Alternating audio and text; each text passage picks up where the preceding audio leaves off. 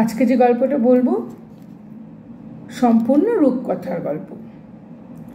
রুশ দেশের উপকথা থেকে গল্পটা বলছি। গল্পটার নাম হচ্ছে রাজপুত্র ইভান আর পাশুটে নেকড়ে। পাশুটে মানে ছাই ছাই, আর ওদের রাজদেশে খুব ইভান নাম হয়। এক যে ছিল রাজা, নাম তার বেরেন্দেই।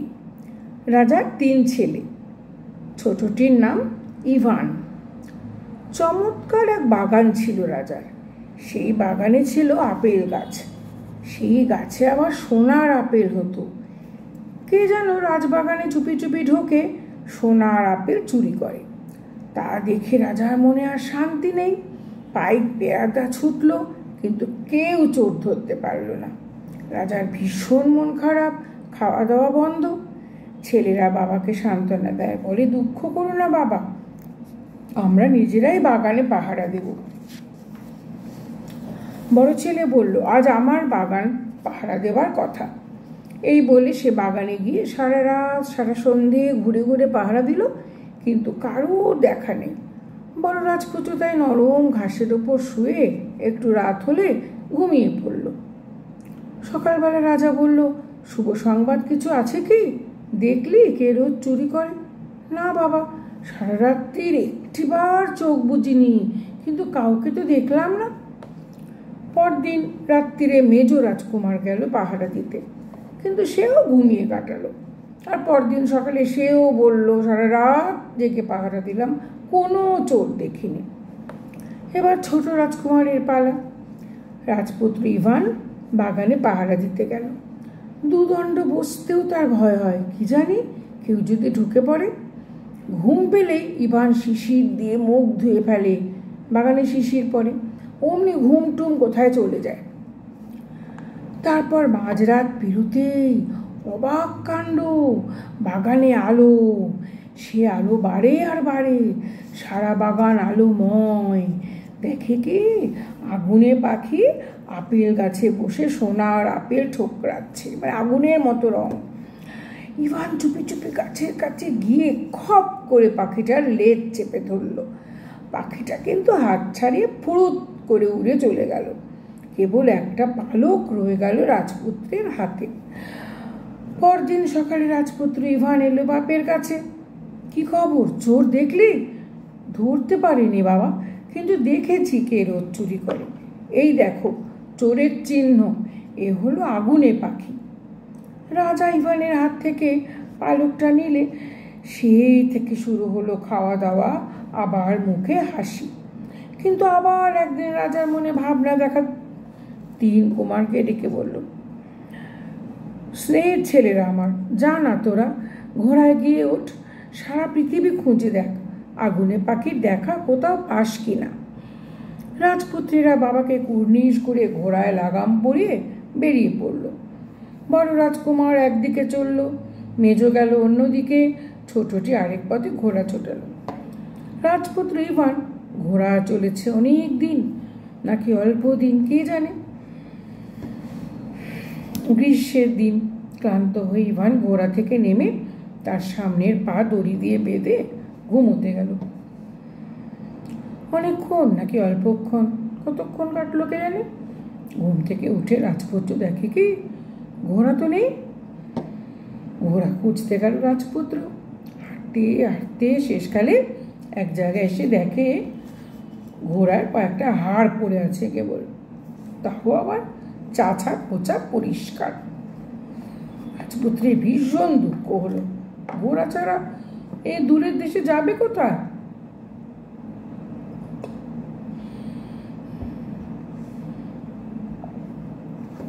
ভাবে, তা কি আর হচ্ছে, কাজে নেমেছে, উপায় তো নেই। এই না ভেবে রাজপুত্র পায়ে হেঁটেই চলল। হাঁটতে হাঁটতে রাজপুত্র আর পারে না। নরম ঘাসে বসে বসে দুঃখ করে রাজপুত্র।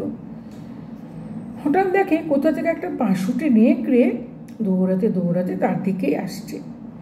পাশুটে নেকড়ে জিজ্ঞেস করলো, কি রাজপুত্র ইভান, বসে বসে দুঃখ করছো, হেট করেছো মাথা? দুঃখ না করে কি করি বলো নেকড়ে, আমার তেজে ঘোড়াটা যে নেই, আমি যেটাকে খেয়ে ফেলেছি রাজপুত্র ইভান। তোমার জন্য দুঃখ হচ্ছে। বলো তো, দূর দেশে এলে কেন? কোন পথে চলেছ? বাবা আমাকে পাঠিয়েছেন সারা পৃথিবী ঘুরে দেখতে, আগুনে পাখির খোঁজ করতে। আরে আচ্ছা, তোমার ওই ঘোড়া চড়ে তুমি 3 বছরেও আগুনে পাখির কাছে পৌঁছাতে পারবে না। আমি কেবল জানি আগুনে পাখির বাসা কোথায়। বেশ, আমি যখন তোমার ঘোড়া খেয়ে ফেলেছি, তখন আজ থেকে আমি ন্যায় ধর্মের কাজ করব। আমার পিঠে বসে বেশ করে জাপটে ধরো। রাজপুত্র নেকড়ের পিঠে উঠে বসলো। অমনি পাশুটে নেকড়েও ছুট লাগালো।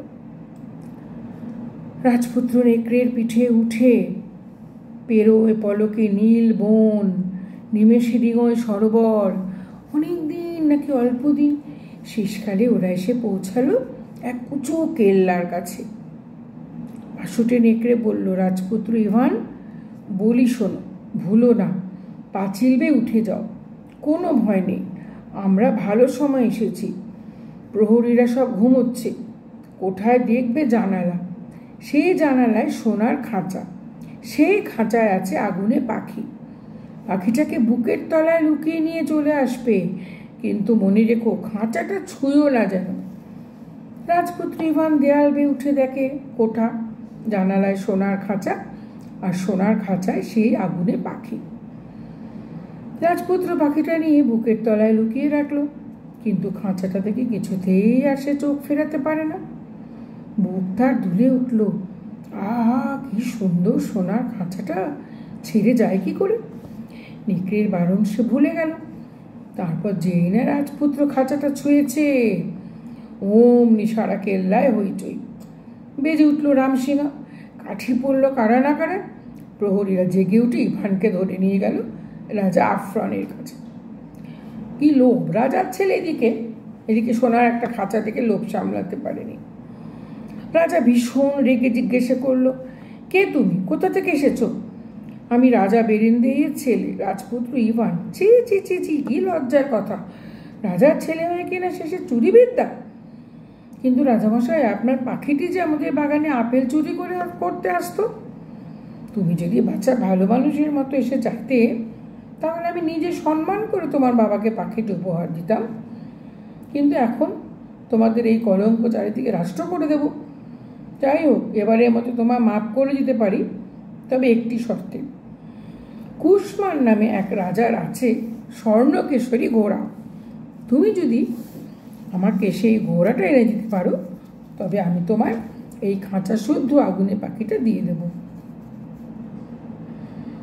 মনের দুঃখে রাজপুত্র পাশুটে নেকড়ের কাছে ফিরে গেল। নেকড়ে বলল, আমি যে তোমার খাঁচায় হাত দিতে বারণ করেছিলাম, আমার কথা কেন শুনলে না? রাজপুত্র বলল, যাকে মাফ করো নেকড়ে, ক্ষমা করে দাও।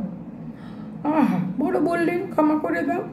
যাকে চলে বসো আমার পিঠে, নেমেছি যখন কাজে না করে কি সাজে। রাজপুত্রকে পিঠে করে আবার ছুটল নেকড়ে। অনেক দিন নাকি অল্প দিন, শেষ পর্যন্ত তারা এসে পৌঁছলো সেই কেল্লা, স্বর্ণকেশরী ঘোড়া যেখানে থাকে। পাঁচিল বেয়ে উঠে যাও রাজপুত্র, নেকড়ে বলছে। প্রহরীরা সব ঘুমিয়ে আছে। আস্তা বলে গিয়ে ঘোড়া নিয়ে এসো, কিন্তু খবরদার লাগামটা ছুঁয়ো না। রাজপুত্র পাঁচিল বেয়ে উঠে দুর্গে ঢুকলো। প্রহরীরা সব ঘুমোচ্ছে। আস্তা বলে গিয়ে স্বর্ণকেশরী ঘোড়াকে ধরল রাজপুত্র, কিন্তু লাগামটা না ছুঁয়ে সে থাকতে পারল না। একে সোনার লাগাম, তাই আবার দামি জড়োয়ার কাজ। যেমন ঘোড়া তার তেমনি লাগাম। যেই না রাজপুত্র লাগামটা ছুঁয়েছে, অমনি দুর্গের মধ্যে হইচই পড়ে গেল। বেজে উঠল রামসিংহা, কারা না কারা। প্রহরীরা জেগে উঠে ইভানকে ধরে নিয়ে গেল রাজা কুশমানের কাছে। কে তুমি? কোথা থেকে আসছো? আমি রাজপুত্র ইভান।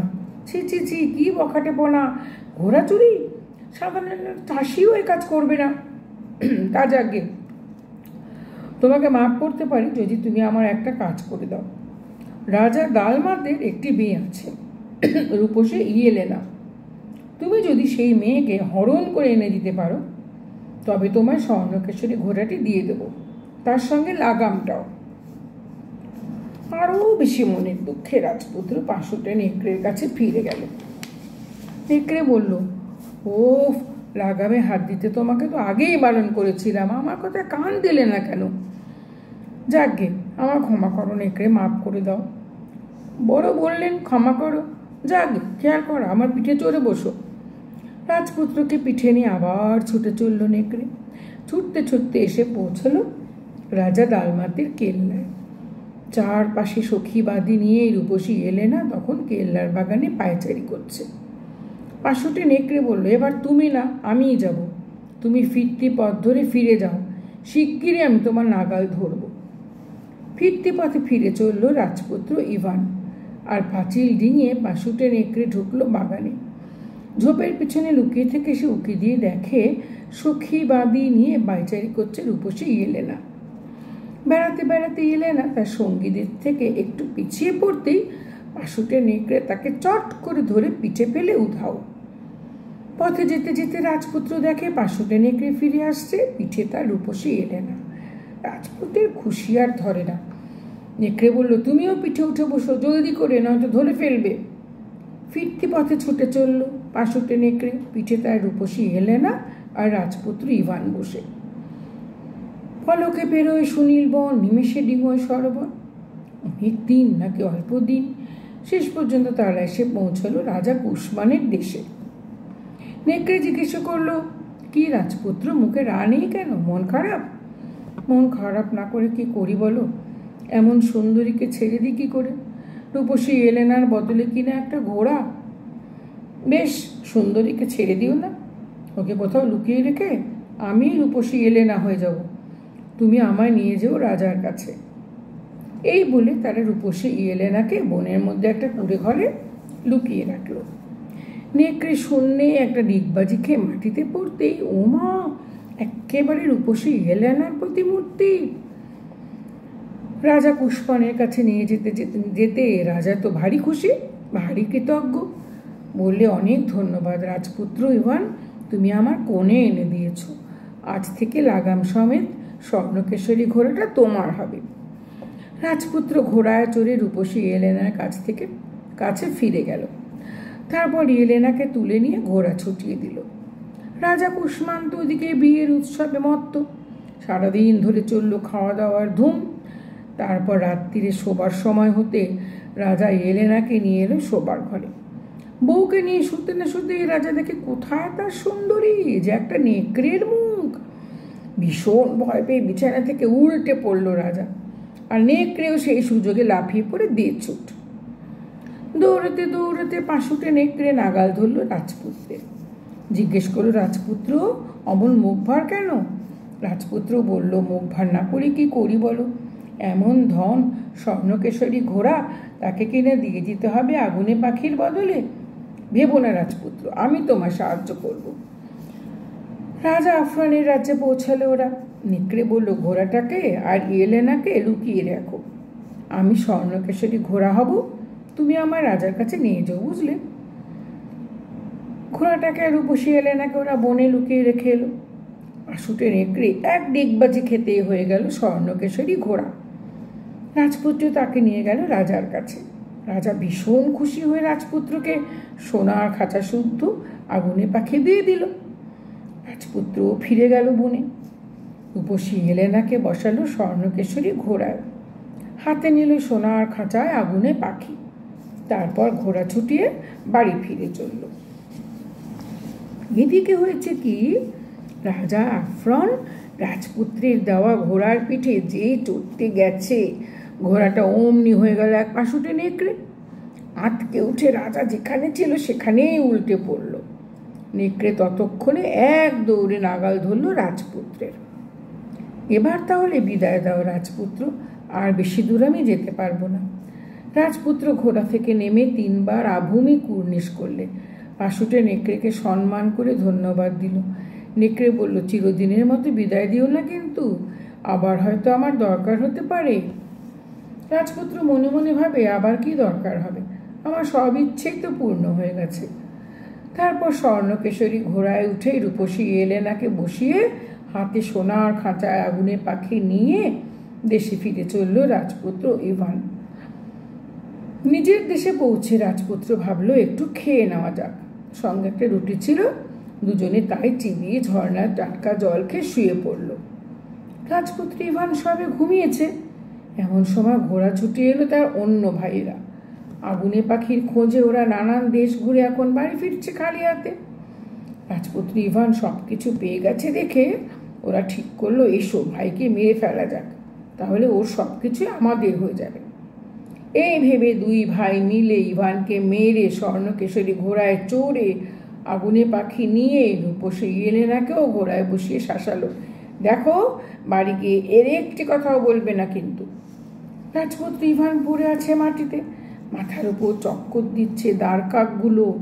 হঠাৎ কোথা থেকে ছুটে এলো পাশুটে নেকড়ে। খপ করে একটা দ্বারকাক আর তার ছানাকে ধরে বলল, উড়ে যা দ্বারকাক, শিগগির আমার জীবন জল মরণ জল এনে দিলে তবে তোর ছানাকে ছেড়ে দেব। দ্বারকাক কি আর করে, উড়েই গেল। আর নেকড়ে বসে রইল দ্বারকাকের ছানাকে নিয়ে। উড়ল অনেক দিন নাকি অল্প দিন কে জানে, শেষ পর্যন্ত জীবন জল মরণ জল নিয়ে ফিরে এলো সে। রাজপুত্র ইভানের গায়ে ক্ষতের ওপরে নেকড়ের মরণ জল ছিটিয়ে দিতে জখমগুলো সব সেরে গেল। তারপর জীবন জল ছিটিয়ে দিতে রাজপুত্র ইভান বেঁচে উঠল আবার। ইস, খুব ঘুমিয়েছি, নেকড়ে বলল। খুবই ঘুমিয়েছ বটে, তবে আমি না থাকলে আর তোমার সে ঘুম ভাঙতো না। তোমার নিজের ভাইয়েরাই তোমাকে মেরে রেখে সব ধন নিয়ে চলে গেছে, শিগগির আমার পিঠে ওঠো। পিছু ধাওয়া করে ওরা অচিরেই দুই ভাইকে ধরে ফেললো। নেকড়ে তাদের টুকরো টুকরো করে সারা মাঠে ছড়িয়ে দিল টুকরোগুলো।